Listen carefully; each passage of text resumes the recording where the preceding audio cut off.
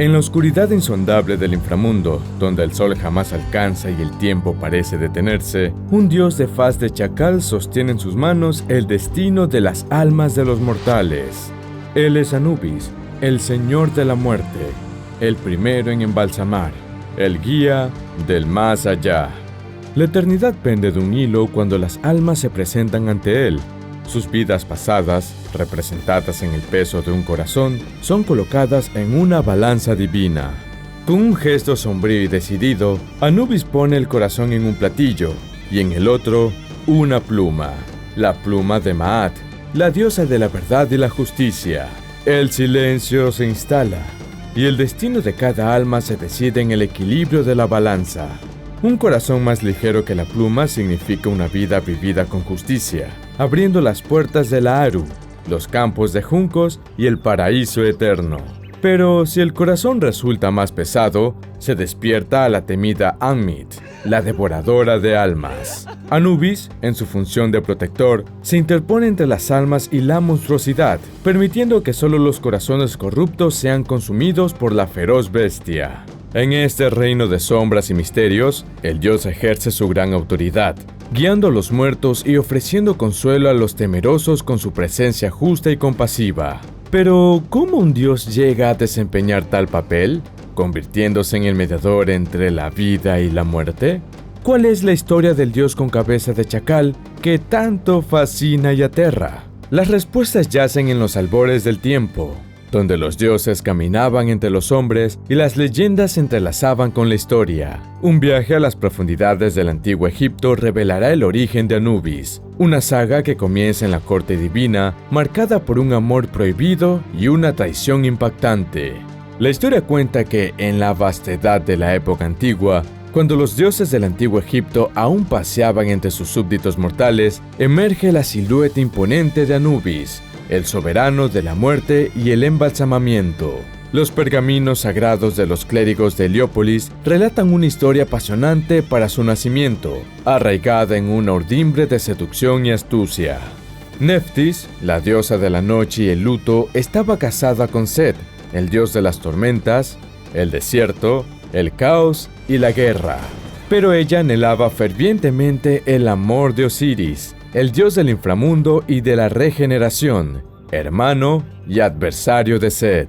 Por otro lado, Osiris era el esposo de Isis, la diosa de la magia y la maternidad, hermana de Neftis. En su deseo, se disfrazó como Isis para seducir al juez de los muertos. Al caer la noche, la hermosa diosa bajo su disfraz engañó a Osiris, y de esa unión nació un niño. Este niño era Anubis, un ser destinado a caminar en la frontera entre la vida y la muerte, entre el orden y el caos. Cuando la diosa dio a luz al niño, temía la ira de Set, así que abandonó al niño en el desierto para esconder su engaño. Pero la esposa del dios encontró al pequeño vástago y lo adoptó como su propio hijo. El dios creció para convertirse en un dios con cabeza de chacal y cuerpo humano, una figura que personificaba la muerte y protegía a los muertos en su viaje hacia el más allá. Aunque criado por Isis, nunca olvidó su verdadero linaje, y su destino estuvo siempre vinculado a la muerte y la resurrección. Con el paso del tiempo, las arenas del desierto susurraban secretos, y uno de estos secretos llegó a los oídos de Set. Aquel día descubrió la impía traición de Neftis y su hermano Osiris, y de cuya infidelidad había engendrado a Anubis. Set, siempre un ser de furia y tormenta, ardía de ira y celos, pero astuto como vengativo, ocultó su cólera bajo una máscara de fraternidad. Invitó a su hermano a un festín en su honor, un banquete lleno de risas, vino y alegría. Pero esta felicidad era solo una fachada para ocultar las sombras de la traición. Durante el banquete, Set reveló un hermoso cofre de madera incrustado de joyas. Anunció un juego, prometiendo que quien encajase perfectamente dentro del cofre se lo quedaría. Uno por uno, los invitados probaron su suerte, pero ninguno encajaba perfectamente. Finalmente, Osiris, confiado y despreocupado, entró en el cofre. Fue entonces cuando Set mostró su verdadero rostro. Con una risa cruel, selló el cofre con el juez de los muertos dentro. Con la ayuda de sus seguidores, arrojó el cofre al Nilo, donde fue arrastrado por las aguas turbulentas, llevándose a Osiris al reino de los muertos. Con su venganza consumada, Set asumió el trono de Egipto, dejando a Isis y Anubis en la sombra. Pero los dioses no se quedarían quietos ante tal atrocidad. Aunque su venganza había sido efectiva, Set había iniciado una cadena de eventos que daría forma al destino de los dioses y hombres de Egipto.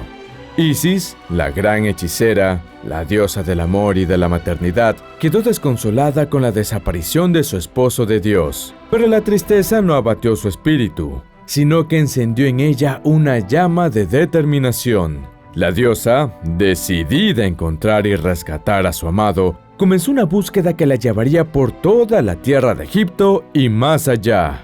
Con su hermana Neftis, recorrió la orilla del río Nilo, buscando cualquier rastro del cofre que contenía Osiris. Su búsqueda fue bastante larga y llena de dificultades, pero su amor y determinación eran más fuertes que cualquier obstáculo. Finalmente, su búsqueda las llevó a la ciudad de Biblos, en el lejano Fenicia. Allí descubrieron que el cofre se había enredado en las raíces de un tamarisco que creció hasta convertirse en un hermoso y robusto árbol. El rey de Biblos, impresionado por la belleza del árbol, lo había cortado y lo utilizó como uno de los pilares de su palacio. Isis, disfrazada de una mujer anciana, se acercó al palacio y se ganó la confianza de la reina de Biblos. Cuando finalmente tuvo acceso al pilar que contenía a su amado, rompió a llorar. Sus lágrimas revelaron su verdadera identidad divina, y con la ayuda de la reina de Biblos, recuperó el cofre y liberó el cuerpo de Osiris. Pero su viaje no había terminado. La poderosa diosa llevó el cuerpo del dios de vuelta a Egipto, esperando devolverle la vida. Sin embargo, los ojos de Set siempre estaban vigilantes y su venganza aún no había terminado. El trono de Egipto, el poder y el prestigio que conllevaba era un dulce néctar para Set. El dios de las tormentas, el desierto y el caos no estaba contento con ser solo el hermano del rey. Ansiaba la corona para sí mismo, y esa ambición nublaba su juicio y alimentaba su maldad. En su codicia, Set urdió un plan siniestro. Mientras Isis y Anubis estaban ausentes, encontró el escondite donde había guardado el cuerpo de Osiris. En un acto de desprecio final, Set tomó el cuerpo de su hermano y lo desmembró, cortándolo en 14 pedazos. Con el fin de asegurar que el dios nunca pudiera resucitar y reclamar su trono, Set dispersó las partes del cuerpo de su hermano por todo Egipto. Cada pieza fue lanzada en un rincón distinto del reino, desde los desiertos más secos hasta los ríos más profundos. Set había logrado su objetivo, se había deshecho de su hermano y había asegurado su lugar en el trono. Sin embargo, subestimó el amor de Isis por Osiris y el coraje de Anubis, el hijo que su engaño había traído al mundo. A pesar de la terrible obra de Set, Isis y Anubis no se darían por vencidos. Se embarcarían en una misión para encontrar y reunir las partes del cuerpo del dios de los muertos, en un intento de restaurar su vida y de devolverle el trono de Egipto. Este sería su acto de desafío final contra Set, la señal de su resistencia inquebrantable contra su tiranía. Desesperada pero decidida, la diosa emprendió la tarea de buscar y reunir los pedazos del cuerpo de Osiris. En su angustia encontró consuelo y ayuda en Anubis, el oscuro hijo de la unión de su esposo con Neftis. A pesar de su complicado origen, el dios mostró un respeto y una devoción indomables por su padre y se unió a Isis en su misión. Recorrieron los desiertos ardientes, exploraron los ríos más profundos, treparon las montañas más altas y se adelantaron en los valles más oscuros de Egipto, buscando las partes dispersas del cuerpo de Osiris. Cada pieza que encontraban era un paso más hacia la posibilidad de una resurrección, una esperanza que los mantenía firmes ante el dolor y la desesperación.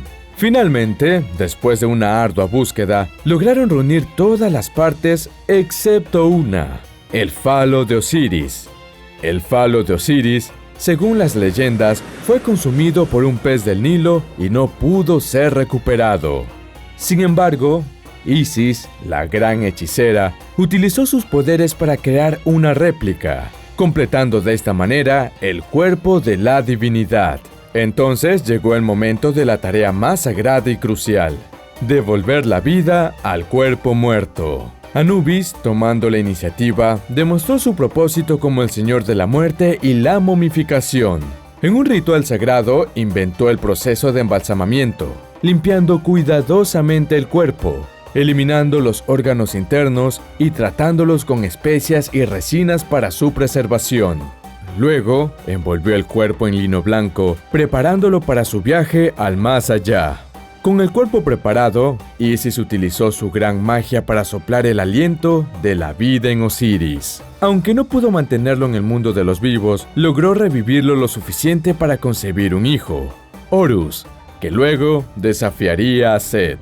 Después de esto, el juez de los muertos se retiró al Duat, el inframundo egipcio, donde se convirtió en el señor de los muertos y el juez de las almas. Anubis, su fiel hijo, asumiría su papel como el guardián del inframundo, el guía de las almas y el protector de los muertos, honrando así a su padre y cumpliendo su propio destino.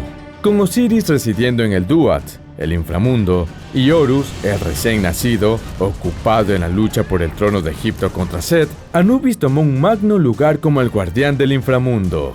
En el inframundo de Duat, donde los muertos emprenden su viaje final, existen muchas amenazas y peligros. Entre estos peligros, ninguno es más temido que Anmit, la devoradora de almas, una espantosa criatura compuesta por las partes más mortíferas de los depredadores más grandes de Egipto: la cabeza de un cocodrilo, el cuerpo de un león y las patas traseras de un hipopótamo.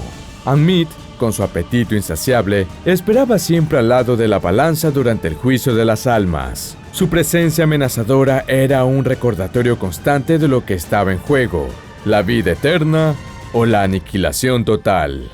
Anubis, el imparcial juez de los muertos, tenía una función vital en este juicio.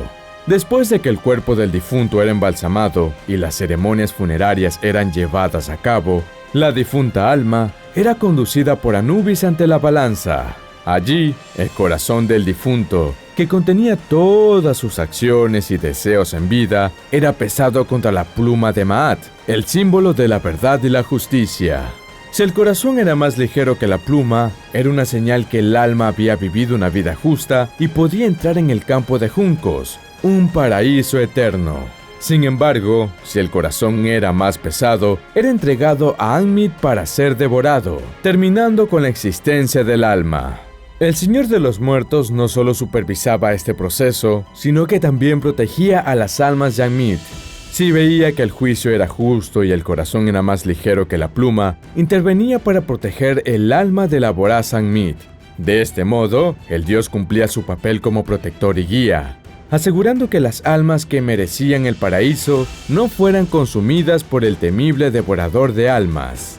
Esta tarea del guardián del inframundo, aunque sombría, era de vital importancia en la mitología egipcia, reforzando el concepto de Maat, el orden y la justicia en la vida y la muerte.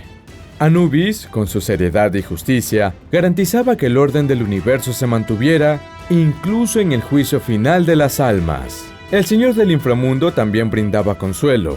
En el temible camino hacia la muerte, los egipcios sabían que no estaban solos. El poderoso dios, con su faro de justicia y protección, guiaba a las almas en su viaje, protegiéndolas del temible devorador de almas. La figura de Anubis se levanta, imperturbable, a través de los siglos. Su legado perdura en los monumentos, en los jeroglíficos y en las historias del antiguo Egipto. Su historia, desde su nacimiento hasta su reinado en el inframundo, es un testimonio de la riqueza y la profundidad de la mitología egipcia y del papel central que desempeñó en la formación de una de las civilizaciones más grandes de la historia. Incluso ahora, miles de años después, la divinidad sigue siendo un símbolo potente del juicio, la protección y la guía en el más allá. Un eco duradero de la antigua cultura que lo venera como el eterno guardián del inframundo.